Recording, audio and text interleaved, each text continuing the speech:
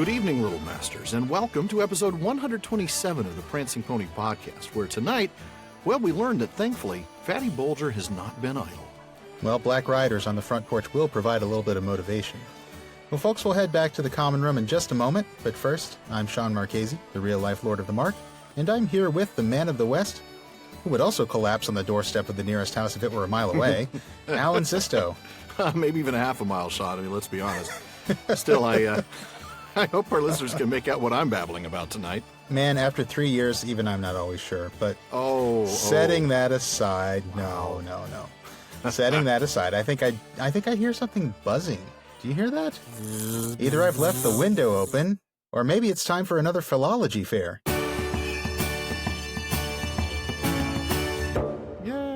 Yay! Well, folks, today, Strider steers the hobbits towards the very unpleasant-sounding Midgewater marshes, where they become lunch for the local insect population.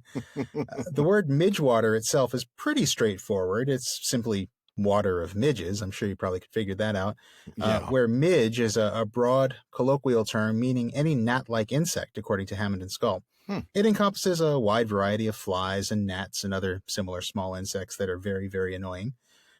But the word's one of my favorites that I personally happen to learn from this book because there's some interesting etymology surrounding that name. First of all, the name Midgewater itself as the name of a body of water was, and this is according to Tolkien in the nomenclature, he said it was suggested by Mývatn in Iceland of the same meaning. Now, although I've probably butchered the pronunciation of that, I do know that Mývatn is a volcanic lake in Iceland whose name means the Lake of Midges. Yeah. But it's that word midge itself that I want to get into, because it goes all the way back to Old English midge and is cognate with words for annoying insects in many Germanic languages, from the Icelandic mi, which we just discussed, to German Mücke. I think I said that one sort of right. There's an umlaut over a U somewhere in there? That's right, yeah. Then, yeah, that sounds right to me. Excellent. All right, good. Not that I'm a German expert. We've got people out there who are like absolute experts on all of these things. You've got more German than I do. But I did take, that's true, 3 years in high school, a couple years in college. I'll take my lead from you on that. The French, I'll take the lead. It was a millennia ago, though. It was a millennium ago. Yes. It was in the previous millennium, wasn't it? That is true. Well, anyway, according to the Oxford English Dictionary, midge is also, perhaps, ultimately related to a number of forms in other Indo-European languages, showing various different extended forms of the same base, such as ancient Greek muia, classical Latin musca, and others in other languages, all meaning fly.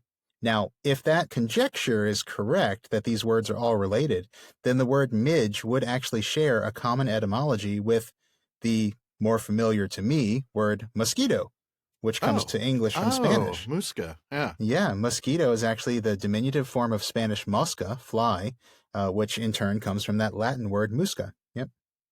Fascinating stuff.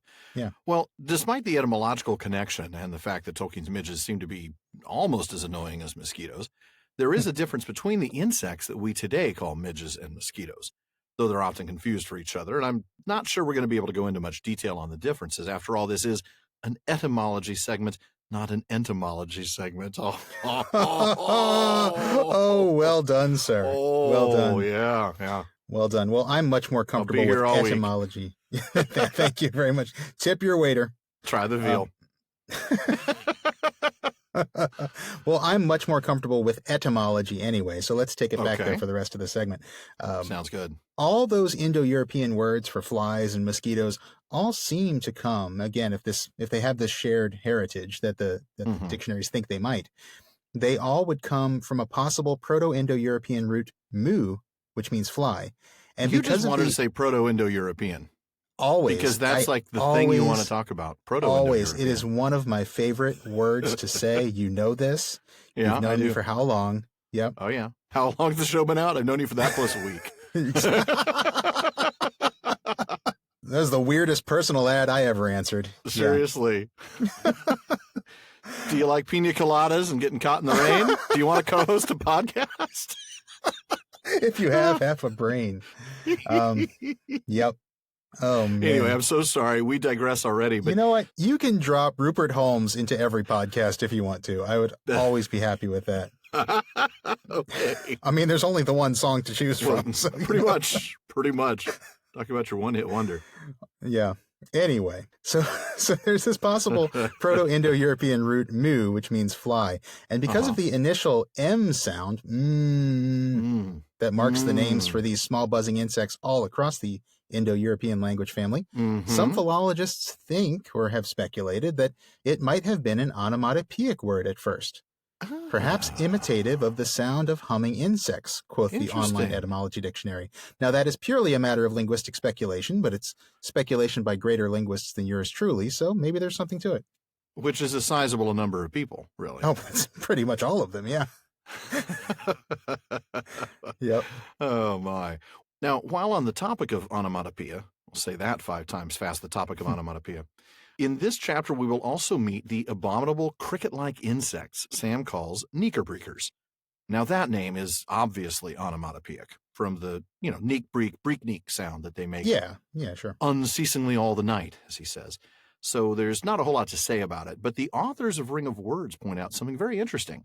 The name kneekerbreekers may have been an inspiration to C.S. Lewis, who named one of his characters, a dwarf in Prince Caspian, Knickabrick. That's cool. Now, I'm totally not up on my Narnia because the only dwarf from that series that I can remember is Trumpkin, right? Yeah. That's probably an etymology for another day. But when you say dwarf in Narnia, that's all I can think of. But maybe an etymology for another presidential administration too. I don't want to take that one on right now. It's probably for the best. Yeah. But I think we can leave it at that, and I think we can get started. Alan, what do you say? I think we can. Let's see what happens when the Black Riders finally step up their game in the first part of Chapter 11, A Knife in the Dark. All right. I'm going to go ahead and pick up, of course, at the, say it with me, folks, very beginning, because it's a very good place to start. Yeah. And I like this because I'm glad you're starting here because I almost did a Meanwhile Elsewhere in Middle-earth segment for this episode, but I didn't because I figured we'd start right here. So there you go. I think this is a really, there's some telling stuff here I want to talk about. So I really want to make sure we got some of this passage read. I'm going to go ahead and start. It's a baked-in Meanwhile segment. So it is. There you go. As they prepared for sleep in the inn at Bree, darkness lay on Buckland. A mist strayed in the dells and along the riverbank. The house at Crick Hollow stood silent. Fatty Bolger opened the door cautiously and peered out. A feeling of fear had been growing on him all day, and he was unable to rest or go to bed. There was a brooding threat in the breathless night air. As he stared out into the gloom, a black shadow moved under the trees.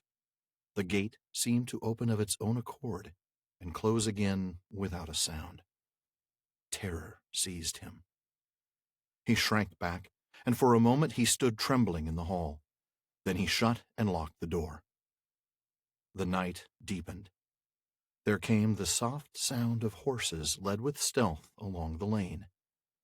Outside the gate they stopped, and 3 black figures entered, like shades of night creeping across the ground. One went to the door, one to the corner of the house on either side, and there they stood, as still as the shadows of stones, while night went slowly on. The house and the quiet trees seemed to be waiting breathlessly. There was a faint stir in the leaves, and a cock crowed far away. The cold hour before dawn was passing. The figure by the door moved. In the dark, without moon or stars, a drawn blade gleamed, as if a chill light had been unsheathed. There was a blow, soft but heavy, and the door shuddered. "Open in the name of Mordor," said a voice, thin and menacing. At a second blow, the door yielded and fell back, with timbers burst and lock broken. The black figures passed swiftly in. Whoa! Well, we're off to the races now. Yes, we are. And once again, Jackson missed out on an awesome moment for a horror movie director. I know. I mean, there is just so much creeping dread in this building moment. Up to that jump cut, man. That's just... Yeah. And you know what I love about it is it's a creeping, stealthy entrance. It is. It's scary in a way that I think a full-scale assault by the Black Riders, that it wouldn't have been scary like that. No, not as intensely so. Yeah. Yeah. I also noted, and it was even more obvious as I read it out loud, the amazing alliteration. We have the feeling of fear. We have the brooding threat in the breathless night air. We have staring out into the gloom, and the gate opened. There's even more of that as we go through. I was completely stunned to kind of feel some of these things go, or even the timbers burst and lock broken, even the bees there, I think, these power words. Yeah. Just an amazing Definitely passage in terms of the words that were used here. They stood as still as the shadows of stones. Yeah. There's some definite alliteration there. It's kind of like that rhythm, right? Drawing you in and kind of almost like it's just drawing your attention to this moment. You're really noticing this moment. You really Cock crowed far away. And then, you're absolutely right. That's a really good catch. Yeah. I like that a lot. I think just the whole scene here, the way he sets this scene is just masterful. It's so creepy. It really is. He even goes into a little bit of parataxis here, doesn't he? He does, yeah. The night deepened. One went to the door, one to the corner. Terror seized him. Yeah. There's a lot of these short sentences that really amp up the tension. They're very visual. They're very just basic and primal in a way. Yeah. Yeah. And then open in the name of Mordor. Can you imagine that from the point of view of the hobbits at Crick Hollow? It's practically a fictional place to them. I mean, they know it exists, but it's so far away and doesn't affect them. Yeah. The name of Mordor. How terrifying must that have been? Yeah, I know. Though we know that by that point, there's nobody there to hear him say that. True. That is true. Yeah. But to imagine what that must have felt like for anybody who was there, Yeah, the idea that Mordor's come. Yeah, Mordor's here in the Shire now. Mm-hmm. Yeah. Boy, that's a terrifying thought. But like we said, nobody was actually there because Fatty Bolger, as we said, has not been idle. He had gone off. Yay! And we start to hear the alarm, the horn call of Buckland. Yeah, that's right. And there's some history there about this horn call. Yeah, that's right. It had not been heard for, it actually says here, over 100 years, doesn't it? For 100 years. Not since the white wolves came in the fell winter when the Brandywine was frozen over. And I looked that up. It was indeed 107 years ago in Third Age 2911. Yeah. So, But 107 years ago, so nobody remembers this sound, this alarm being triggered in the Shire or in Buckland before, I should say. Right. Yeah. The horn call itself would be a legendary thing for the average person. Truly. Yeah. They're not used to hearing this thing. So, no. It all just kind of shows there's something serious going on. Yeah. Absolutely. Yeah. And it spreads too. You get the answering horns, the alarm is spreading, and of course the riders end up taking off. Yeah, they do. I love that line. Let the little people blow. Sauron would deal with them later. Oh, it's kind of a creepy moment where you're suddenly in the Black Rider's point of view. Yeah. Yeah. Let the little people blow. Sauron would deal with them later. Yeah, that's creepy. It is. So so they've fled. The ring had gone. So their business here is done. And, there's nothing left for them in the Shire. They don't. Yeah, absolutely. And as a reminder to our listeners, this is the night of September 29th. Now, way back when they first crossed the Brandywine River 4 days prior, Mary had said that the riders could get to Crick Hollow that same evening if they weren't stopped at the gate. Oh, yeah. And that if they were stopped, they could come in the next day. So why is it taking them 4 days to get here, or nearly 4 days to get here? That's a good question. I think it's something that most people would ask when they realize how long it's taken them to show up at Crick Hollow. But Hammond and Scull have it covered for us. They actually took a look at a manuscript in the Marquette archives. And I hate tapping into this resource so many times, but it's such a wonderful manuscript that we don't have any place else. So we're going to reference it a number of times throughout this chapter. Well, and they've included it in the Reader's Companion, right? So absolutely. They've included excerpts from the manuscript. Yeah. And we're going to be referencing those. So when we reference the manuscript, it's not as though Sean and I have gone to the manuscript and taken notes. We are referencing the excerpts as provided by Hammond and Scull. Though, of course, if you all want to send us to Marquette for a month to research the manuscripts, you're more than welcome to consider such a project. So we will be happy to take it under advisement and yes, absolutely. Consider working that into our schedule. I don't know, though, what I'm going to be able to encourage my family to do for vacation in Milwaukee. I'm not sure that that's really their sort of town, but that's okay. Sure, if I'm at the if I'm at the archives, I don't particularly care. I'm sure there's plenty of fun stuff for a family to do in Milwaukee. I'm sure there is. Somebody let us know, because we're going to need something to entertain something for our families to do while we're studying in a library. Yeah, exactly. Some point in the future when when we have some sort of credibility. credibility. Well, we're done then. That There's kind that of credibility. gone. We have some credibility, just not that kind of Not credibility. that kind. No. All right. Well, before we lose any of the credibility that we do have, I'm going to go ahead and reference that manuscript. So Tolkien explains there that Camul, who, if you'll remember, was sent by the Witch King to find Houghton, because the Witch King himself had set up camp in Andrath and was spending time in the Barrow Downs, stirring up evil with a very big spoon. So, but not wearing his ring. No, not wearing his ring, as we've learned from so many people. Yes, sorry. That's okay. So Camul had gathered together the other riders who'd been sent into the Shire, and he reorganized his forces. Now, Tolkien says he left, quote, 1 to lurk near the bridge and watch it. He sends 2 along the East Road with orders to report to the Witch King the eastward movement of the ring. He himself with his companion passes secretly into Buckland by the North Gate, and desiring to attract as little notice as possible, he mistakenly and against Sauron's orders sacrifices speed to stealth, end quote. I have to say, how would you like to be there for that HR write-up? I mean, against Sauron's orders? Oh boy. That's when you're going to see what Sauron means in the employee policy when he says up to and including termination. Oh my goodness. Yeah. Yep. Almost feel sorry for Camul on that one. I know. Poor Camul. Aw, poor little guy. Who's a good ring ray? Not you. Anyway. Anyway. Oh man, I wonder what kind of. No, I don't want to wonder. I don't want to know. I don't want to know. No. Well, anyway, the following day, Tolkien tells us, the 2 that Camul sent east found the Witch King, who is alarmed and angry at the ring's escape. Yeah, I guess so. Yeah, reasonably so. And also by the fact that the bearer must now certainly know that he is being hunted. If he is a person of power and knowledge, he may find out indeed how to use it, and compel a Nazgul to leave him unmolested at the least. But he is told that Camul has discovered that the bearer is a very small, spiritless creature with no pride or willpower, and is filled with terror at the approach of a ring wraith. That's a bit of an underestimation, I'd say, wouldn't you? I know. I agree. A very small, spiritless creature with no pride or willpower? I mean, I take offense to that, but... I'm offended on Frodo's behalf. Yeah, of course. But interestingly, the Witch King still doesn't know what to do. Now, he does correctly assume that Frodo is heading to Rivendell and not to the Grey Havens. And he even correctly speculates that he'd, quote, attempt to escape from the Shire at some unexpected point, through the old forest and the downs, and there make cross-country to strike the road beyond Weathertop.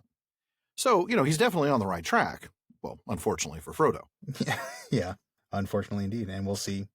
Well, we'll see what happens there. We'll see more soon. on that soon. Now, we'll be coming back to that manuscript a few times. I think we come back to it at least once more in this episode. But this, of course, we're giving this chapter, as we do every chapter, the full Prancing Pony podcast treatment.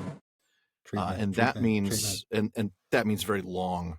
We're breaking this up into multiple episodes. Yeah, we're taking our time. You're not surprised by that, right, folks? I mean, I don't think at this point, if they've got, I'm not sure there's going to be a chapter left that actually gets done in one episode. Yeah, I mean, really. So probably true. So now we've got bad things happening in Bree, and Sean, I'm going to have you pick up there. All right. In the early night, Frodo woke from deep sleep, suddenly, as if some sound or presence had disturbed him. He saw that Strider was sitting alert in his chair. His eyes gleamed in the light of the fire, which had been tended and was burning brightly, but he made no sign or movement. Frodo soon went to sleep again, but his dreams were again troubled with the noise of wind and of galloping hoofs. The wind seemed to be curling round the house and shaking it, and far off he heard a horn blowing wildly. He opened his eyes, and heard a cock crowing lustily in the inn-yard. Strider had drawn the curtains, and pushed back the shutters with a clang. The first grey light of day was in the room, and a cold air was coming through the open window. As soon as Strider had roused them all, he led the way to their bedrooms. When they saw them, they were glad that they had taken his advice. The windows had been forced open and were swinging, and the curtains were flapping. The beds were tossed about, and the bolsters slashed and flung upon the floor. The brown mat was torn to pieces. Oh, my. Man. This is one of those moments that I can't help but think of Peter Jackson's movie with that Yeah, real yeah. fake out moment that he did. And I'm not bashing that moment in the movie. I actually thought it was kind of fun because I well knew done. Yeah. it was. And I knew the hobbits were going to be okay. So I wasn't upset Yeah. at the fake out. I remember people being very mad at that scene. It was a masterful fake out. But yes, it was. For people who never read the books, you're right. yeah, can't help thinking of it. Yeah, it was a great visual. I just have to wonder what a cock crowing lustily sounds like. Cock-a-doodle-doo, baby. It's like the Barry White of cocks out there. Yeah. No. Cock-a-doodle-doo. I think he just means sort of like energetically, right? Like passionately. Yes, right? I know, but I just had to say that. I'm just trying not to say something really inappropriate with that phrase. Yeah. Trying not to say anything inappropriate kind of describes me for the whole show. I'm just always trying not to say things that will get me in trouble. You know how often I hear the phrase, "Don't say that, Alan," in my head? A lot. Do you really? A lot. You should Do you know how listen many to that times I voice. ignore it? Most of the time. Yeah, exactly. Oh, man. Anyway. I then say it. I say it anyway and then go, "What was that?" Oh, yeah, you're right. I shouldn't have. No. Why did I say that? I shouldn't have said that. Why did I say that? So the dream. Mm-hmm. Now, remember the dream that he had in Crick Hollow with the tall white tower, the desire to see the sea, the lightning and thunder and all that? Mm-hmm. I think last episode we talked about, we were looking forward to this dream, and I think we talked about it as if it was in Tom's house, but it was all the way back at Crick Hollow the night that they got there before they went into the old forest. Oh, yeah. Originally, Tolkien had Frodo experience that dream here in Bree. And just as a reminder, I think we touched on this then, but as Christopher Tolkien points out in The Treason of Isengard, the tall white tower of Frodo's dream at Crick Hollow in the final tale remains from what was the precursor to Orthanc, and the thunder that he heard goes back to the interruption of his dream by trotters thrusting back the shutters at the prancing pony. There you go. Don't interrupt a hobbit's dream. No, never. Very vivid dreams. Very cranky when you wake them up in the middle of the dream. Well, they're hangry too, because they're hobbits. They're always that too, hangry. because they've been sleeping. Yeah, they haven't been eating while they've been sleeping. They've gone more than 2 hours without food. Yeah. So they get to their rooms, and you already described that, of course, the forced open windows and all that. Man, what would have happened had they remained? I mean, man, it's a story over, I guess. Right? Yeah, it would have been over. Right, exactly. Yeah. It would have been victory for Sauron. Yeah. Well, so with that thought out of our minds, what has happened here with the writers? I think we'll need to go back to that manuscript that Hammond and Scull talk about in the Reader's Companion. Sure. There we learned that 3 writers sent by Camul learned about Frodo's little vanishing act from the common room earlier from the Southerner, and they rightly guessed that the ring is here. Tolkien tells us that 1 is sent to the Witch King. He is waylaid by Dunedain and driven away, does not reach the Witch King until the next day. So, hey, good job, Rangers. Huzzah! Yeah, score 1 for the Rangers. Now, the 2 that are left plan their attack on the inn. Now, coincidentally, they attack at about the same time that Crick Hollow is attacked. Tolkien says both attacks fail. The 2 riders in Bree go off in haste to find the Witch King to report that Bearer has gone, without waiting for further news. The 3 from Crick Hollow ride down to Buckland Gate and make for Andrath.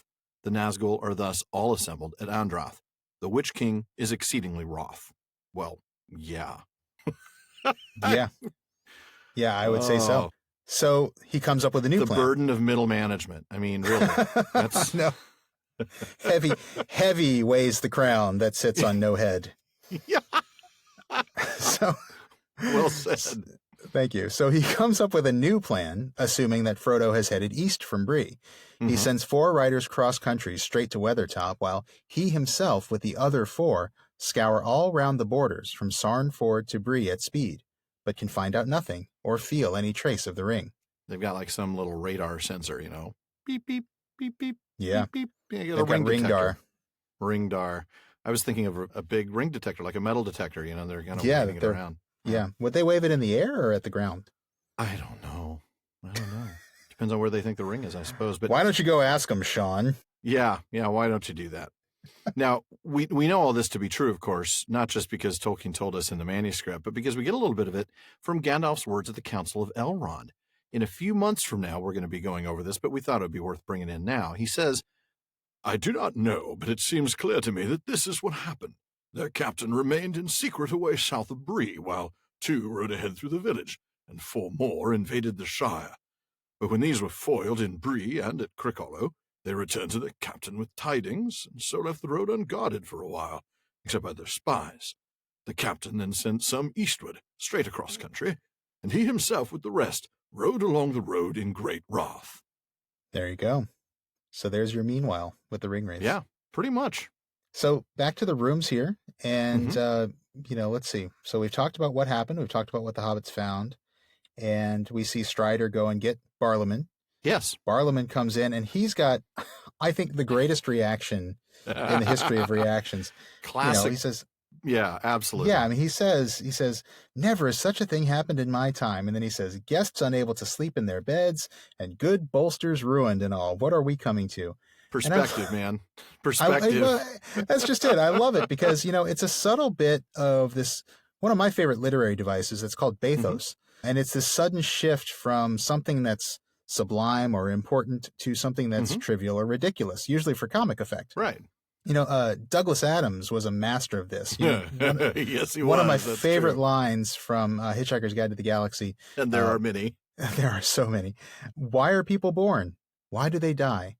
Why do they want to spend so much of the intervening time wearing digital watches? It's that kind of thing where you get these lofty questions and then you just come to something completely ridiculous. Big philosophical, just, meaning of life sort of things. And then to something completely silly and mundane and unimportant. And, right. Going back to Tolkien here, in this case, come on, man, the ruined bolsters are not what's important. It's kind of the least of your concerns here. Yeah, exactly. Right. You've had guests, basically their room broken into. Yeah. They would have been by killed creatures if they'd been here. of absolute evil. Yeah. And you don't know where those creatures are. Right. Yeah. They could still be around. The ruined bolsters are really kind of an afterthought. You can just go to, JCPenney's and go get some new bolsters. I mean, make an insurance claim if you have to, but man, exactly. On. Sure. They're just some pillows. Yeah. Right. I know they're long funny. Pillows. They're expensive pillows. The underneath. Yeah. Right. Yeah. They're not the fancy pillows. They're just like the big thick ones that you put underneath the real pillows. Right. Right, exactly. They're not even the real pillows. No. But it's just kind of funny the way Barliman, just the way he thinks as an innkeeper. He's thinking of, oh man, they ruined these bolsters. And I love that. It's just fun. I got to get me some new bolsters. Yeah, you're right. Yeah. Well, of course, this results in a change in plans, right? I mean, Strider's, we're not going to be having a nice sit down breakfast. We're going to eat standing up, probably just an energy bar or, something like that. Yeah. Banana to go or something. Yeah. Exactly. And we're going to leave right away. And I'm going to go ahead and pick up right there. Mr. Butterbur hurried off to see that their ponies were got ready and to fetch them a bite. But very soon he came back in dismay. The ponies had vanished. The stable doors had all been opened in the night, and they were gone. Not only Mary's ponies, but every other horse and beast in the place. Frodo was crushed by the news. How could they hope to reach Rivendell on foot, pursued by mounted enemies? They might as well set out for the moon. Strider sat silent for a while, looking at the hobbits, as if he was weighing up their strength and courage. Ponies would not help us to escape horsemen, he said at last, thoughtfully, as if he guessed what Frodo had in mind. We should not go much slower on foot, not on the roads that I mean to take. I was going to walk in any case. It is the food and stores that trouble me. We cannot count on getting anything to eat between here and Rivendell, except what we take with us, and we ought to take plenty to spare, for we may be delayed or forced to go round about far out of the direct way. How much are you prepared to carry on your backs? As much as we must, said Pippin with a sinking heart, but trying to show that he was tougher than he looked or felt. I can carry enough for 2, said Sam defiantly. I love Sam. Oh, man. That's a cool moment for both of those guys. Yeah. It really is. It's an interesting comparison we'll talk about a little bit. But first, the ponies are gone, man. They're all gone. All the ponies, all the horses, all the beasts, everything. Yeah. They are all Yeah. gone. No wonder Frodo despairs a little bit. Yeah. We've got 9 mounted riders on very fast horses, and we're on foot. Yeah. I mean, he's just kind of freaking out. I mean, this isn't like, this isn't like depths of despair. Oh, no, what are we going to do? It's just like they might as well set out for the moon. That's kind of how you'd be feeling right now. This is impossible. Yeah, exactly. He's frustrated. He's scared. And Strider, man, the wisdom that he brings to this, the wisdom and the perspective, look, we would not have been able to escape them on ponies anyway. No. So Your ponies just aren't fast enough, right? Right. The issue is the food in the stores. So so there's still an issue there, but he does kind of bring a little bit of perspective that seems to help there. I think it really cool. does. And he's right. It's not like they're going to ride along the road. They've got to know that that's not an option for them. They must. I mean, they've been not doing that since the beginning, really. True. They've been staying off the road since the beginning. That very slight bit of the road from when they said goodbye to Tom until they got into Bree, but that was probably measured in less than a mile. It was very probably the only way to approach the town. Yeah. And then we get a little example of two kinds of hobbit toughness, right? We get Pippin's sinking heart. Yeah. But he's trying to put on a good show. He's trying to put on a good face. He's willing to do what needs to be done. He's not happy about it, but he recognizes that it needs to be done. And I like that. Yeah. But it's different than Sam, isn't it? Yeah. Yeah. Sam just leaps right to it. Yeah. I'll carry twice as much as anybody else, basically. Yeah. Yeah. I mean, both are really exceeding expectations as far as I'm concerned. But, Pippin carrying anything is exceeding expectations, if you be honest. Yeah. But it's cool. You're right. Hobbit toughness. I like that. Yeah. Hobbit toughness is something we see, that their resilience, we see their stick-to-itiveness. They're going to see the job done. Yep. Now, I know we didn't read the next part, but that's where we learned that, Frodo's got an idea. Can't we just go buy a pony in town? I heard the local Chevy dealer has some great deals. Maybe we should just go buy a pony. They got 0% interest for 5 years. Crazy Ferny is he's financing everybody. Come on down to Cal Worthington. Have you ever seen you used to live out here in Southern California? You remember Cal Worthington and his dog Spot? I did live there. Those ads like in the 70s and 80s. I mean, they were terrible. I didn't live out there then. And his dog Spot was always some other animal. I mean, like a circus tiger or an elephant or some crazy thing. My wife and I were just watching local TV last night, and there was a car dealer came on, and he was dressed as a pickle. And my wife turned to me and she said, "Do car dealer guys still do this? They still put on goofy stuff to get your attention?" I said, "Well, apparently they do, babe." Yeah. Go see Cal. Don't you remember Go See Cal? Anyway, so Frodo's like, can't we go just buy a certified pre-owned pony? Barliman's response, of course, is that it's probably not. I mean, all of them were here, but I'll send Bob out, see what we can find. Sure, yeah. In the meantime, Strider thinks that this was part of the writer's plan. That they were trying to keep them away from keep them from sneaking away easily. Yeah, I mean, absolutely. I mean, if this is a chess game, the writers have the initiative, don't they? They do. Strider and the hobbits they're reacting. They're having to react. They can't be proactive here. Yeah, they're being kept kind of on their back foot, so to speak. Yeah, right. So, and then we talked about Pippin's toughness and Sam's toughness, and Frodo's attempt to find a solution here with the horses. What's Merry's involvement? Well, at least there's time for a full breakfast. Yeah, I love it. Yeah. Oh man, I identify with Merry. Let's have breakfast while we wait. A crumb of comfort. More than a crumb, I hope. That's very well done, Mary. Some nice wordplay there. Yeah. That is some nice wordplay. I like that a lot. But I'm going to have you pick up the next little bit about them getting a horse. My kingdom for a horse.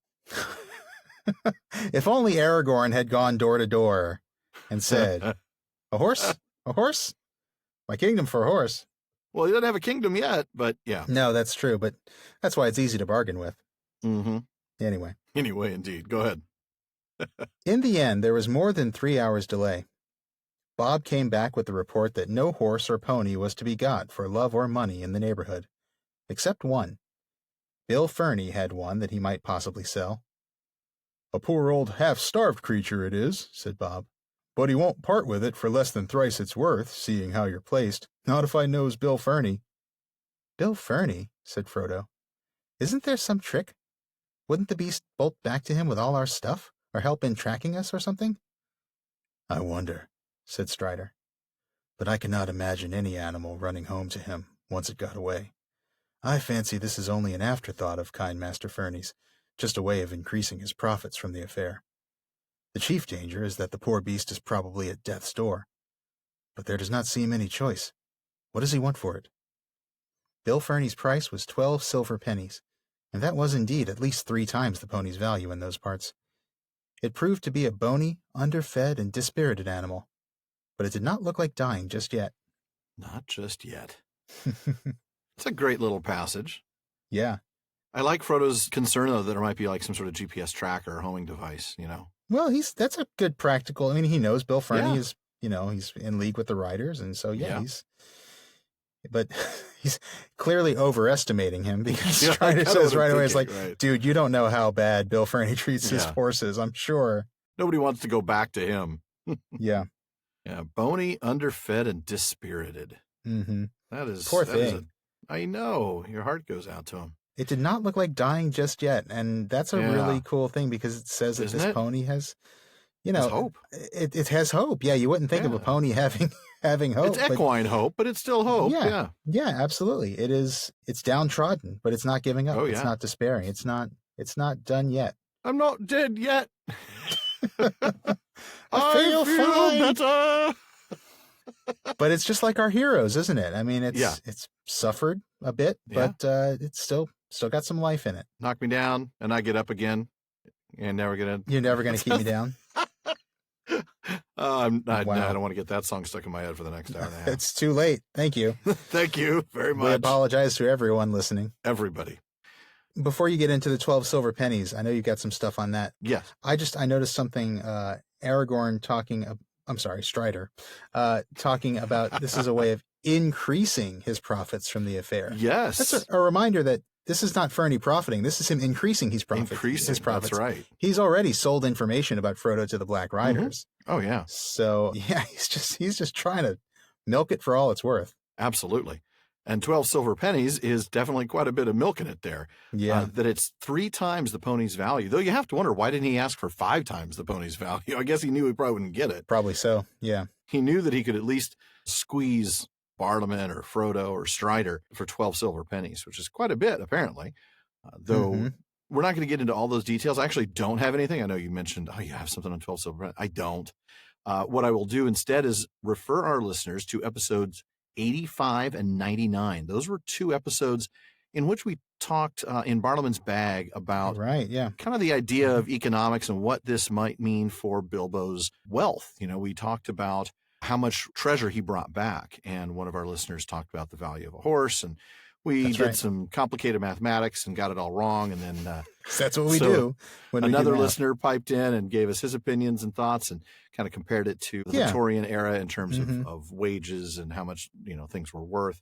So it was an interesting set of discussions. So seriously, if you want to dig deeper into the economics, take a look at the mailbag in episodes 85 and 99. There you go. But in the meantime, I'm going to pick up exactly where you left off and kind of finish that bit of the story. Mr. Butterbur paid for it himself and offered Mary another 18 pence as some compensation for the lost animals. He was an honest man and well off as things were reckoned in Bree, but 30 silver pennies was a sore blow to him, and being cheated by Bill Ferny made it harder to bear. As a matter of fact, he came out on the right side in the end. It turned out later that only one horse had been actually stolen. The others had been driven off or had bolted in terror, and were found wandering in different corners of the Bree land. Mary's ponies had escaped altogether, and eventually, having a good deal of sense, they made their way to the downs in search of Fatty Lumpkin. So they came under the care of Tom Bombadil for a while, and were well off. But when news of the events at Bree came to Tom's ears, he sent them to Mr. Butterbur, who thus got 5 good beasts at a very fair price. They had to work harder in Bree, but Bob treated them well, so on the whole they were lucky. They missed a dark and dangerous journey, but they never came to Rivendell. Very cool. That last line speaks volumes. Yeah, it does. Yeah. It for the reader who this is the first time they've ever encountered Tolkien's works. They never read The Hobbit, and so they're picking up The Lord of the Rings, and they're reading this, and they've read a little bit about Rivendell, and Elrond and all this, but this really is the first kind of tantalizing taste of what an amazing place this must be. Yeah. Yeah, it must have been pony heaven, I mean, they would have been very happy there. Yeah, lots of grass, places to stretch their legs. Yeah. It's also a nice little foreshadowing of the dark and dangerous journey that the hobbits are going to go on, isn't it? Agreed. Yeah. There's a lot in this little fast forward, which is really cool. Mm-hmm. I agree. And I like the detail about Butterbur being an honest man. Yeah. Oh, yeah. Really cool. And pretty well off, too. He's doing all right, but yeah. 30 silver pennies is a lot of money for him. Yeah, it is. Well, if 3 pennies was the right price, oh wait, no, I'm sorry, the right price would have been 4 pennies because 12 pennies, is 3 times. Four So pennies 4 for pennies, a sick, broken down pony. right? You know. So here he's buying 7.5 horses, basically. That's a lot of money. Yeah. I mean, if I'm buying 7.5 even broken down cars, that's a chunk of change. That is quite a bit of money. Yeah. Even a beater is like $5,000. So, you're looking at $35,000-$40,000. You're talking about a pretty significant chunk of change, even for a well-off man like Mr. Butterbur. And then that's where we get back into the conversation we had back in '85, where we talked about comparing a broken down pony to a car. Yeah. To an old pickup truck that, maybe 150,000 miles on it or something. And we do get an interesting range of what the fair price for a pony is in Bree, don't we? Because we see that 4 pence would have been about right for a broken down pony. Mm-hmm. And we know that Butterbur got 5 ponies for 30 pence after it was all said and done. And that was a very fair price. So I guess 6 pence is a fair price for a good pony. Yeah. 4 is about top value for a sick one. So yeah, now that's the Kelly Blue Book value on ponies in Bree. So a certified pre-owned pony might be 6, whereas a beater might be 3 or 4. Yeah. Right. Yeah. Okay. Yeah. And if you get it from the guy dressed as the pickle, don't pay more than 3.5. Yeah. And we do our own financing, so we don't worry about how bad your credit is. Right. Oh, goodness. Well, we didn't read the next little bit, but that's where we get the reaction of the guests, of course. They're all upset. What do you mean our animals are gone? The Southerners had lost a bunch of horses. They blamed Barliman. But then you get Butterbur saying, if you pick up with a horse thief and bring it to my house, you ought to pay for the damage. He was your friend, man. He came in with you guys. Wait a minute. When did he come into our group? I don't even remember this guy. Isn't that crazy? Because, I mean, he just slipped in unnoticed to this party. I mean, it's probably a large group of travelers from the South, probably just a big group of people. This isn't a small, closely knit party. It's probably a big group, and he just slipped in, and everybody just assumed that he must have been connected with somebody else in the group, Yeah. Isn't that interesting? And remember that what he actually was, remember that he was a Dunlending who'd been overtaken by the Black Riders near the Tharbad Crossing. Right. And he saved his life by betraying Saruman to the Witch King. Boy, talk about being between a rock and a hard place. Yeah, no kidding, right? Wow, man. Yeah. And then he ended up giving the name of Baggins to the Witch King, and he had that shadow of fear put upon him before being sent to Bree. So yeah, and that was all in Hunt for the Ring in Unfinished Tales. Right. I loved how I think shadow of fear was even capitalized. Like it's a special power of the Witch King. Yeah. Yep. It's great stuff. Yeah. So yeah, he's definitely suspect number 1 here. Yep. So we're going to go ahead and move on. We're going to get them out of Bree. And to that end, I'm going to have you read the next little bit. Okay. After their breakfast, the hobbits had to repack and get together further supplies for the longer journey they were now expecting. It was close on 10 o'clock before they at last got off. By that time, the whole of Bree was buzzing with excitement. Frodo's vanishing trick, the appearance of the Black Horseman, the robbing of the stables, and not least the news that Strider the Ranger had joined the mysterious hobbits, made such a tale as would last for many uneventful years. Most of the inhabitants of Bree and Staddle, and many even from Coombe and Archet, were crowded in the road to see the travelers start. The other guests in the inn were at the doors or hanging out of the windows. Strider had changed his mind, and had decided to leave Bree by the main road. Any attempt to set off across country at once would only make matters worse. Half the inhabitants would follow them to see what they were up to, and to prevent them from trespassing. They said farewell to Nob and Bob, and took leave of Mr. Butterbur with many thanks. "I hope we shall meet again some day, when things are merry once more," said Frodo. "I should like nothing better than to stay in your house in peace for a while." They tramped off, anxious and downhearted, under the eyes of the crowd.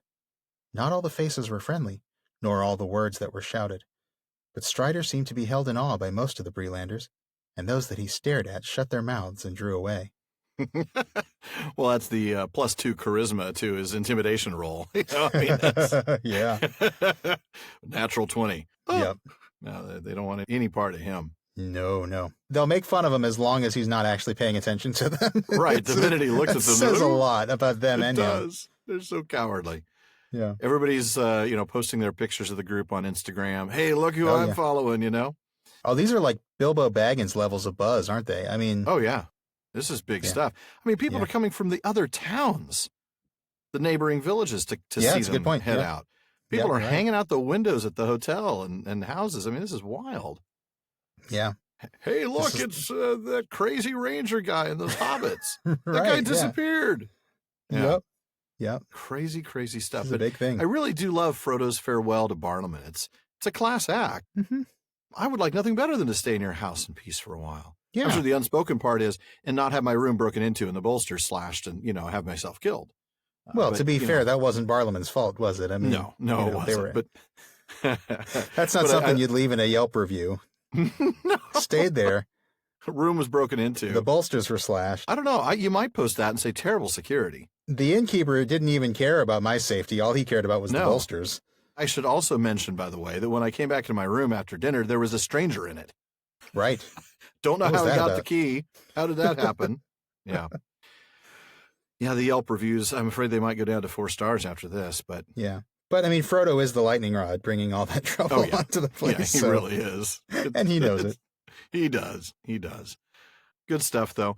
And then, of course, we get the gift from Nob and Bob in the little bit there that we're not reading, but we talked about that recently in the idea about whether Bob is a hobbit. Mm-hmm. Yep. Yeah. And the fact that he's sort of a unit with Nob. They're only seen Right. together.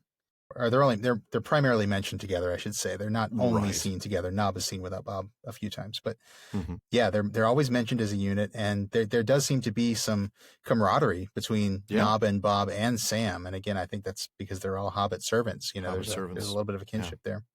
I agree. Apples for walking and a pipe for sitting, Sam said. That's a great set of gifts right there, I think. Yeah. I'm going to go ahead and pick up right there, and we're going to see them as they depart the town. All right. The hobbits took no notice of the inquisitive heads that peeped out of doors or popped over walls and fences as they passed. But as they drew near to the further gate, Frodo saw a dark, ill-kept house behind a thick hedge, the last house in the village. In one of the windows, he caught a glimpse of a sallow face with sly, slanting eyes, but had vanished at once. So that's where that southerner is hiding, he thought. He looks more than half like a goblin. Over the hedge, another man was staring boldly. He had heavy black brows and dark, scornful eyes. His large mouth curled in a sneer. He was smoking a short black pipe. As they approached, he took it out of his mouth and spat.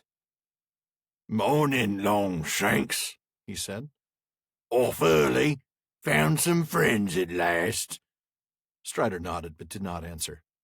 "Morning, my little friends," he said to the others. "I suppose you know who you've taken up with. That's Stick-it-not Strider, that is. Though I've heard other names not so pretty. Watch out tonight. And you, Sammy, don't go ill-treating my poor old pony. Pah!" He spat again. Sam turned quickly. "And you, Ferny," he said, "put your ugly face out of sight or it'll get hurt." With a sudden flick, quick as lightning, an apple left his hand and hit Bill square on the nose. He ducked too late, and curses came from behind the hedge. "Waste of a good apple," said Sam regretfully, and strode on.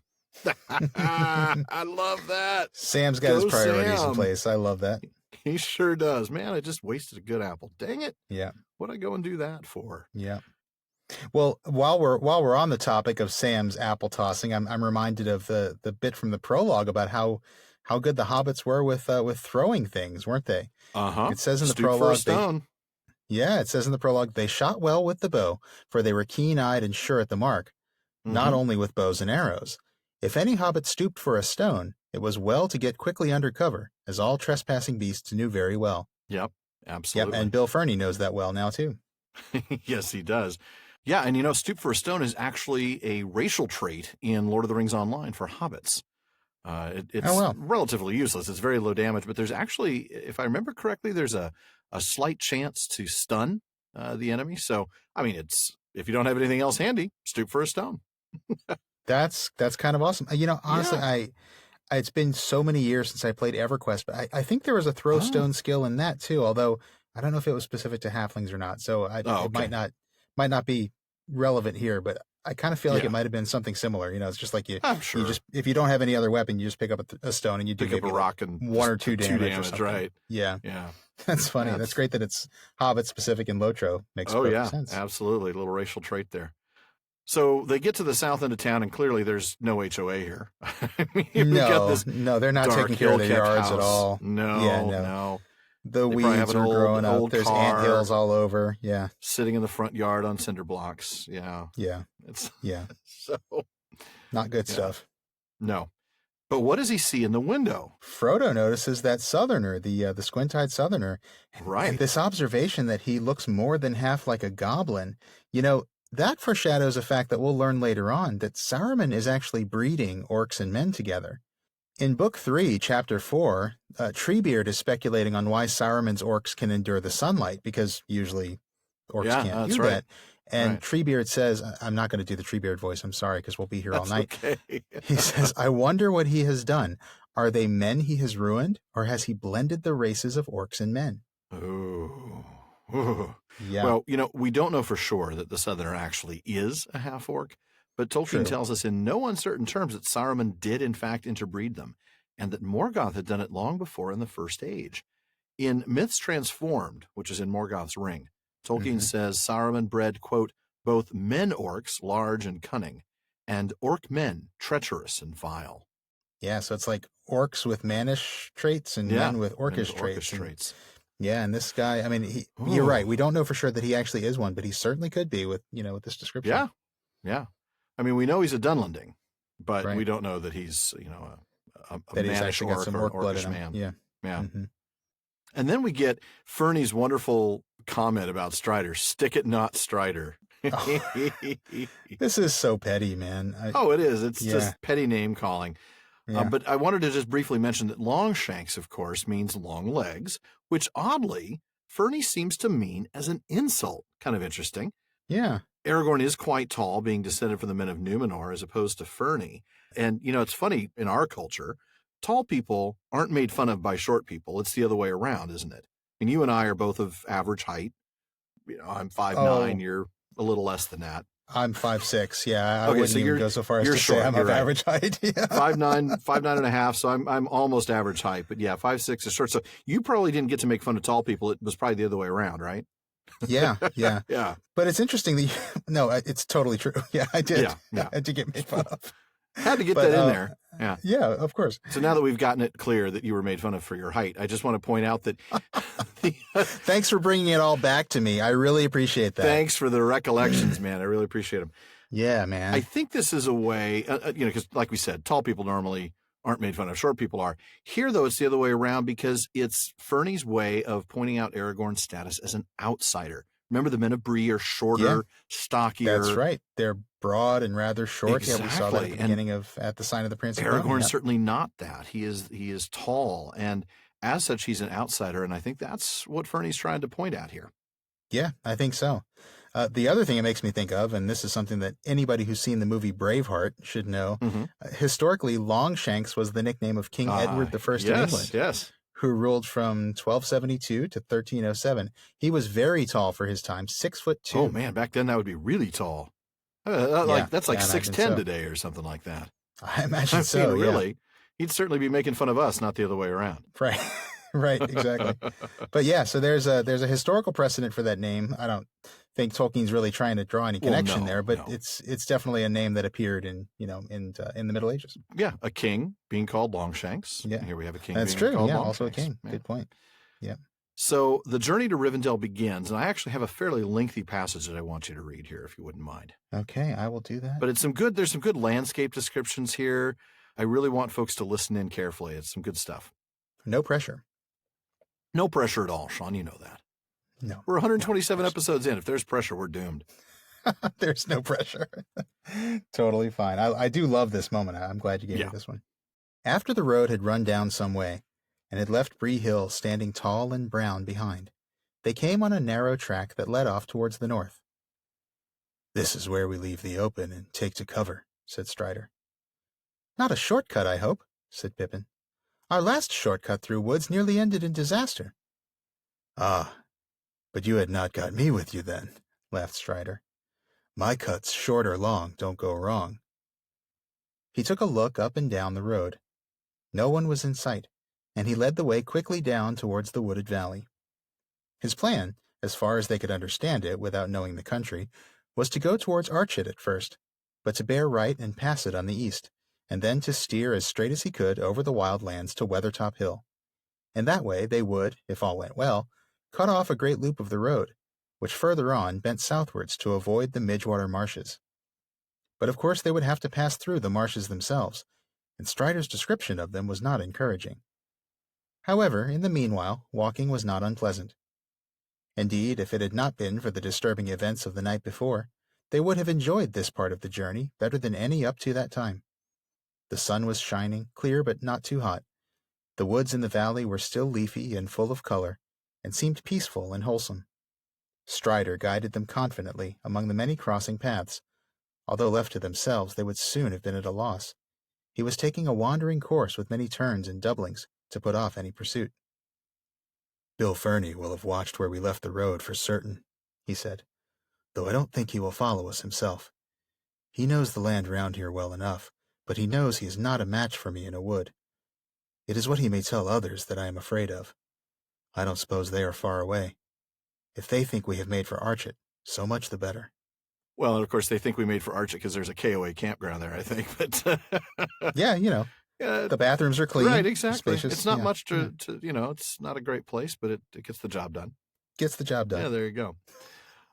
So, of course, Strider's plan, get off the road. Get off the road! Get off the road! So, but his cuts don't go wrong. And I like that. You're not going to get lost if I'm with you. Yeah. I've got the Ranger power, kid. That's right. Yeah. That's right. But unfortunately, yeah, the itinerary includes the Midgewater Marshes. Which, if the name doesn't tell you a little something, the narrator tells you that if they had followed the road, it bends southward to avoid the Midgewater Marshes. It is a place to avoid. So that would be the point. Right, exactly. There's a reason the road doesn't go through it. Who designed and laid the road specifically avoided this said, place. You don't want to go here. Because you don't want to. And we don't want to build a road here. No. Right. But there's some great landscape descriptions here, isn't there? It's an enjoyable walk. Yeah. And I love this little bit of, we still get some of that pastoral kind of, that Arcadia, right? Yes. That beautiful landscape description. The leafy woods see a little bit of in that the valley, full of color, peaceful, wholesome. And these are places they would not have had access to without Strider's guidance and his ability to find these paths. You're absolutely That's really right. cool. Yeah. I thought this told us a lot too, and it says that they would have enjoyed this part of the journey better than any up to that time. Yeah. If it hadn't been for what had happened last night. Right. I mean, that really does say something about how enjoyable this part of the journey, this walk is today. Yeah. And I can't help but think that, part of it is just the beauty of the landscape and the fact that it's a place that they've never seen before, and a lot of places that they hadn't seen before, but they were places that were still close to the Shire. Right. You got to imagine that the landscape looks very similar to the Shire. And now they're getting into some very different country. And maybe they're also enjoying it just because they feel a little bit safer around Strider. I don't know. And it's just lovely. I mean, you're thinking fall colors here. Yeah. What was this, September 29th, I think we said? No, September 29th was it was the morning of September 30th they left, I believe. Right. Yeah. So, this is the 30th. Yeah. The 29th was yesterday. Yeah, perfect time of year to see the fall colors. Yeah, but Strider reminds them, the riders can't be far. No. The mysterious they, can't be far away. Yeah, and we definitely want them thinking we went someplace else. Mm-hmm. So, speaking of someplace else, and someplace the riders might not think to look for them, because who wants to go? Even the riders don't want to go to the Midgewater Marshes. That's where I'm going to go ahead and pick up and read quite a bit here. At first, they made fair progress. They're in the marshes now, by the way. I'm picking up in the middle of a paragraph because I can't read everything. At first, they made fair progress, but as they went on, their passage became slower and more dangerous. The marshes were bewildering and treacherous, and there was no permanent trail even for rangers to find through their shifting quagmires. The flies began to torment them, and the air was full of clouds of tiny midges that crept up their sleeves and breeches and into their hair. "I'm being eaten alive!" cried Pippin. "Midgewater! There are more midges than water!" "What do they live on when they can't get hobbit?" asked Sam, scratching his neck. They spent a miserable day in this lonely and unpleasant country. By the way, I had to try to not sound at all like the film, because that's one of the lines. I think Mary has. And they gave Mary that line in the film. Yeah. But I did love it. That's always been one of my favorite lines. It is. It's a great line in the book. Another one of those really dry humor moments. It really is. It's sort of almost a bathos moment. Yeah, a little bit, yeah. We're being chased by black riders, and your biggest problem is you're getting by gnats. Eaten by midges, yeah. So back to the text. They spent a miserable day in this lonely and unpleasant country. Their camping place was damp, cold, and uncomfortable, and the biting insects would not let them sleep. There were also abominable creatures haunting the reeds and tussocks that from the sound of them were evil relatives of the cricket. There were thousands of them, and they squeaked all round. Nick, nick, nick, nick, unceasingly all the night, until the hobbits were nearly frantic. The next day, the 4th, was a little better, and the night almost as comfortless. Though the Knickerbreakers, as Sam called them, had been left behind, the midges still pursued them. I love Sam's etymology. Oh, I'm just going to call them Knickerbreakers. Yeah. As Frodo lay, tired but unable to close his eyes, it seemed to him that far away there came a light in the eastern sky. It flashed and faded many times. It was not the dawn, for that was still some hours off. "What is the light?" he said to Strider, who had risen and was standing, gazing ahead into the night. "I do not know," Strider answered. "It is too distant to make out. It is like lightning that leaps up from the hilltops." Frodo lay down again, but for a long while he could still see the white flashes, and against them the tall, dark figure of Strider, standing silent and watchful. At last he passed into uneasy sleep. That's a memorable leg of the journey, isn't it? It is. It is. Between the insects eating you alive and creepy lights on the hill. I can't help but, it's like, I'm feeling them, like I've got feelings on my back and my arms, and I'm thinking it must be bugs, but it's not. You could just imagine. Yeah. If you've spent any time in swampy, boggy terrain, as I have, being from Louisiana. That's true. Yeah, you can just feel like, you just feel this humidity and it's oppressive. Yeah. Constant buzzing of insects and just everything. You're just itchy everywhere. You can totally feel this. No matter how much insect repellent you spray, and of course they don't have any insect repellent. Right. Their insect repellent is, fire maybe? I mean, I don't know. You would think one of them would think to light up a pipe or something. Yeah. Maybe part of it, though, is also trying to keep them away. To stay... to stay stealthy. Yeah, you don't want a big stream of smoke puffing out. The riders are like, well, I think they're over there. Yeah. Follow it. Looks like a train. Exactly. Yeah. I noticed earlier, though, that there's no permanent trail through the marshes. This place is really a dangerous place. Yeah. It kind of foreshadows the dead marshes in a way in that regard, doesn't it? Yeah, definitely. I mean, a much smaller scale, nowhere near the evil. This is just a natural thing and not some sort of supernatural. But the idea Although that doesn't stop Tolkien from using some wonderfully hyperbolic language, evil relatives of the cricket, and that's just the Knickerbreakers, not even the midges. That. They're just big crickets, Abominable creatures haunting the reeds and tussocks. There is kind of a... Yeah, right. You're right. Kind of an irony there. There is, definitely. And poor guys, these Knickerbreakers are just going all night long. Again, if you've ever spent any time out camping any place where there's crickets or if you've ever had a cricket in your house or that you can't find. It drives me nuts. Yeah. And of course, if there are thousands of them, it's constant. It's a symphony of discomfort. It's like surround sound cricket. Creek. No wonder. I mean, just keep going. I can't sleep. I might as well walk, even if I mean, really, get me out of here. And then we get the flashes, though. This is the story part of this, isn't it? This is the part where we start to see kind of some big picture stuff. Yeah. And we know that this is Gandalf, right? Yeah. He's on Weathertop. He's fighting the riders. Right. And I think that gives us a chance now to go back to that Marquette manuscript. Absolutely. I think so. That Hammond and Scull share with us. And that'll give us a little bit more insight into the fight Gandalf is having. Yeah. Tolkien tells us that the 4 riders who'd been sent ahead earlier gathered near Amonsul, that's Weathertop, of course, on October 2nd. And I'm quoting Tolkien here, 1 remains, while 3 go on eastwards on or near road. And the next day, according to the manuscript, on October 3rd, Gandalf reaches Weathertop, but as Tolkien says, quote, does not overtake the Witch King and other 4 riders, for they become aware of his approach as he overtakes them on Shadowfax. Better than Nerethal, I think we just decided. Yeah. And withdraw into hiding beside the road. They close in behind. The Witch King is both pleased and puzzled. For a while he had been in great fear, thinking that by some means Gandalf had got possession of the ring and was now the bearer. But as Gandalf passes, he is aware that Gandalf has not got the ring. What is he pursuing?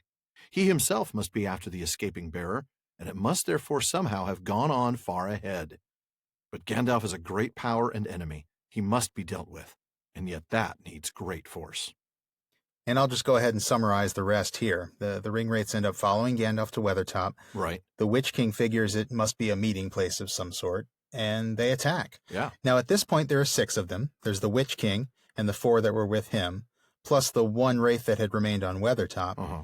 And we know a little bit about the attack because, well, you've got something on that, right, Alan? Indeed I do. Gandalf at the council had something to say. I galloped to Weathertop like a gale, and I reached it before sundown on my second day from Bree, and they were there before me. They drew away from me, for they felt the coming of my anger, and they dared not face it while the sun was in the sky. But they closed round at night, and I was besieged on the hilltop, in the old ring of Amon-Sur. I was hard put to it indeed. Such light and flame cannot have been seen on Weathertop since the war beacons of old. Indeed. And indeed, Yeah. The light and flame were visible for a long way, Long because distance. that's exactly what we're seeing here, flashing light. That is right. What is it? Like lightning that leaps up from the hilltops. What a phrase. Mm-hmm. And to imagine Aragorn standing, kind of being backlit by that lightning, by that light and flame, as that's a Frodo cool tries shot, to yeah. drift off to sleep. You know, a camera down low, Frodo's perspective from the ground, looking up towards the hilltop with Aragorn standing there. Yeah. Powerful moment. And yet still, I think I hear the Knickerbrickers now, Sean. So it's probably time for us to make camp and wrap up the chapter discussion for the week. So, folks, be sure to come back next week when Sam auditions for Britain's Got Talent or American Idol, depending on your side of the pond, There you go. in the second part of Chapter 11, A Knife in the Dark. You will not want to miss that. No. But before we reach into Barliman's bag, we want to take just a minute to remind you about the fellowship of the podcast. As you know by now, our Discord server has been up and running for a bit now. I think actually for 3 months now. Yeah. Our patrons have been able to listen to our goofs and our gaffes and our edits and our outtakes. Not to mention, of course, getting a sneak peek at an episode weeks before everybody else. That is right.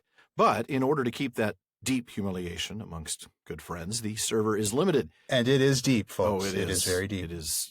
I almost am ashamed to show my face on Facebook anymore after the morning after. Oh, it's not that Discords. bad. It is not that bad. Well, still, to make it a little bit more manageable, the server is limited to patrons at the Gift of Gondor level or higher. So if you want to listen in live during an episode recording, then be sure to check out patreon.com/prancingponypod, where you can also get access to other exclusive content, as well as a little bit of PPP swag. And check out our next goal, which we're almost certain to have reached it by the time this airs, of setting up a monthly live hangout with us on Discord. Really looking forward to that. That's going to be a lot of fun. Yeah, it's going to be a lot of fun. I agree. And if you're looking for a new Tolkien book in the meantime, check out the official library pages at our website, theprancingponypodcast.com, where we've put together a set of links for our listeners to all the books we've ever mentioned on the show, Tolkien or otherwise. And if you wouldn't mind posting a review on iTunes, we'd be grateful for that. That increases our visibility, which means more new listeners, more excellent questions for Barliman, more discussion on social media, and we have had a lot of that lately. Yes, we have. And a more vibrant Tolkien community. Yes, we have. And speaking of social media, it's really helpful to us if you share us there. Facebook, Twitter, Reddit, Instagram, wherever there are Tolkien fans, just let them know about us. Now, with all that done, it's time to see what old Barliman has in the mailbag for us tonight. Sean? Okay, well, I will start with Ian G. in my hometown of New Orleans, who wrote to us a few months ago with this one. Gandalf tells Frodo, "A ring of power looks after itself, Frodo. It may slip off treacherously, but its keeper never abandons it. At most he plays with the idea of handing it on to someone else's care, and that only at an early stage, when it first begins to grip. But as far as I know, Bilbo alone in history has ever gone beyond playing, and really done it." Ian says he's talking generally of rings of power there, which presumably would include the 3, the 7, the 9, and obviously the 1. But obviously we know that description does not apply to the 3. Círdan willingly gave Gandalf Narya, one of the 3, and Gil-galad obviously had at least Vilya, though Ian says I can't remember now if he passed it on to Elrond willingly, or if Elrond took it up after Gil-galad's death. But we at least know that Círdan gave Gandalf a ring of power willingly. Now on to Ian's question. He says, do you think Tolkien either 1, hadn't written the backstory of Narya yet, and therefore didn't yet know that he would have Círdan giving Gandalf the ring. 2, that Gandalf is being a bit hyperbolic here, and also just simply being secretive about his having received Narya. Or 3, maybe the 3 elven rings are immune from this ring of power characteristic, since they were never made with Sauron's help.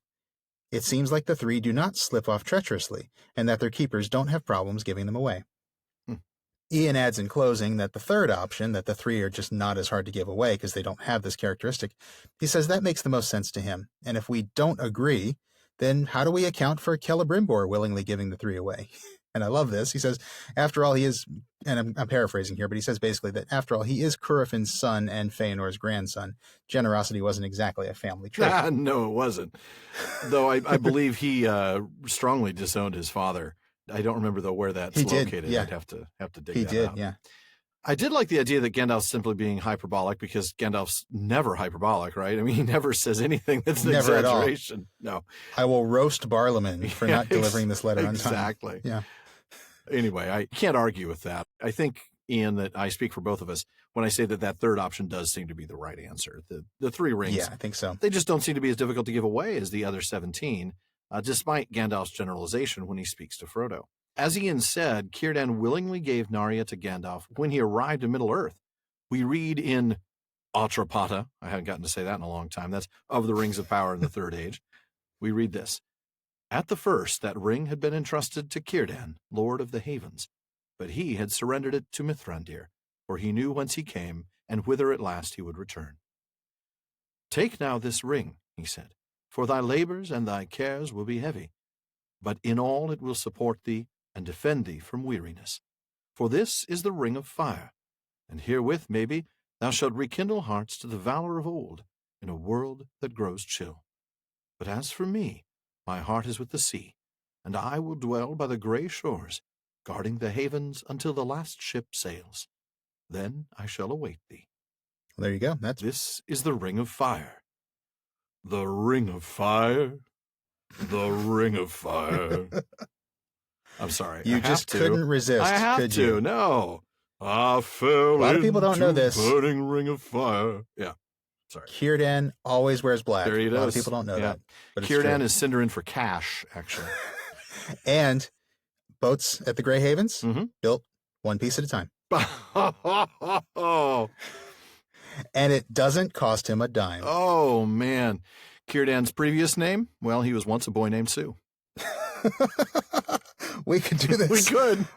We should probably not much longer, because more proof, by the way, that just because you can doesn't mean you should. Anyway, right? In case you needed that. So evidence. pretty clear there that Círdan obviously very willingly gave the ring away. Yeah. Now, going back to Elrond and Vilya and how he got that, Autrapata does say that Elrond ended up with Vilya, of course, right. But it is not all that clear in that section of the Silmarillion whether he got it upon Gil-galad's death or whether Gil-galad gave it to him before his death. Right. So, Ian, don't be too hard on yourself for forgetting that. Right. It's actually in Unfinished Tales, the history of Galadriel and Celeborn, that it says that Gil-galad gave Vilya the blue ring to Elrond and appointed him to be his vice-regent in Eriador. Oh, yeah. And this was long before his death. Right. In fact, it was immediately after Sauron's forces were cleared out of Eriador, which was Second Age 1701. Mm-hmm. So yes, Ian, Gil-galad also gave up one of the 3 rings willingly. In fact, Gil-galad originally gave the red ring to Círdan in the first place, too. That's right. Celebrimbor actually was following Galadriel's advice by giving both Vilya and Narya to Gil-galad. And according to one marginal note in the drafts of this section, Tolkien actually did kind of play around with the idea of having Gil-galad keep Narya until much later, until he set out for the War of the Last Alliance. But that's not what he went with in most versions of the story. In most versions, Gil-galad just passed the red ring, basically got it from Celebrimbor, and then immediately gave it to Círdan. So that would still be in that early phase when the ring hadn't really gotten a hold of him, if the ring had that power. It did, but it seems like this was totally willing, yeah. Yeah, again, we're saying it didn't, but I just want to make that really clear that he did pass on both of those rings at one point. Yeah, which is pretty amazing, give up 2 rings of power. Yeah, absolutely, and willingly, in any case, no matter when he gave it away, he did give it away willingly. That's true. So it seems that the 3 rings just don't have the same kind of hold over their wearers that the other rings of power do, in that they are not given up willingly. Now, this isn't the first time, though, that we've seen that the 3 rings have a different set of characteristics than the other rings which Sauron had a hand in making. Back in episode 104, we discussed how the three rings didn't confer invisibility. Now, Tolkien discussed this in letter 131 to Milton Waldman.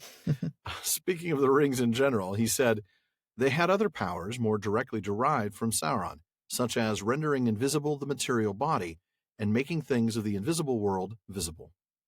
The next paragraph adds, the elves of Eregion made three supremely beautiful and powerful rings, almost solely of their own imagination, and directed to the preservation of beauty. They did not confer invisibility. Interesting. Mm-hmm. Now, Tolkien doesn't specifically address the possessive hold that the rings of power have on their wearers, but it seems pretty reasonable to conclude that that was one of kind of the Sauron-derived powers, if you will, like invisibility, that was specific to the rings that he had a hand in making. So I think it's safe to conclude that the elven rings would not have that effect. It seems that way, especially when we weigh the evidence of Gil-galad willingly giving up not one, but two of the three elven rings. I do agree. Yeah. I think Ian's option number 3 seems to be the correct one. The elven rings just don't have this power over their wearers. Gandalf may be brushing over the details a little bit in the Shadow of the Past, but it doesn't seem like that applies to the elven rings. No. Well, moving on, I think we've got time for one more, don't we, Alan? What else do we have? Well, sure. I mean, after we tell Ian that I'll take what's behind door number 3, since that was the list of options anyway. What was that show? Let's Make a Deal, what was the prize for that? Right? Let's Make a Deal, Monty Hall, yeah. Boy, and I bet if I watched an episode of that, I would have seen an ad for Cal Worthington. Full circle. Full circle. So what else do we have, Sean? We have a listener by the nickname of Tarkalan writing to us asking, did Frodo use the ring in the Shire? There are a couple of reasons to believe he did. One is in Book 1, Chapter 10, Strider. The other is in Book 2, Chapter 7, The Mirror of Galadriel. And, of course, they don't quote either one. So we get to dig. Nope. No, leaving us with a little bit of a scavenger hunt, which I love, or a riddle of some sort. A riddle, yes. So thank you, Tarkalan. I think I found the 2 passages that Tarkalan's hinting at that suggest Frodo did use the ring at some point. Let's see how I'm doing here. Okay.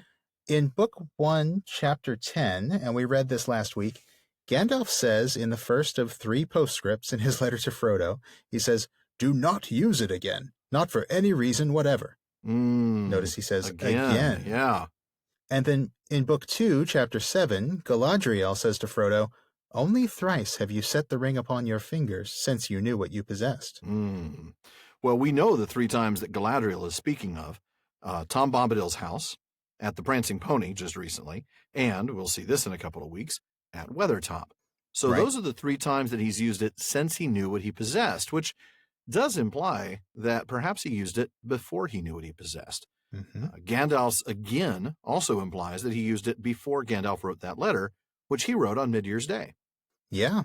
So although I've never put all the pieces together before now, I think Tarkalan may be right. I think Frodo may have used the ring during the 17 years that he had the ring between Book 1, Chapter 1 and Book 1, Chapter 2. Yeah.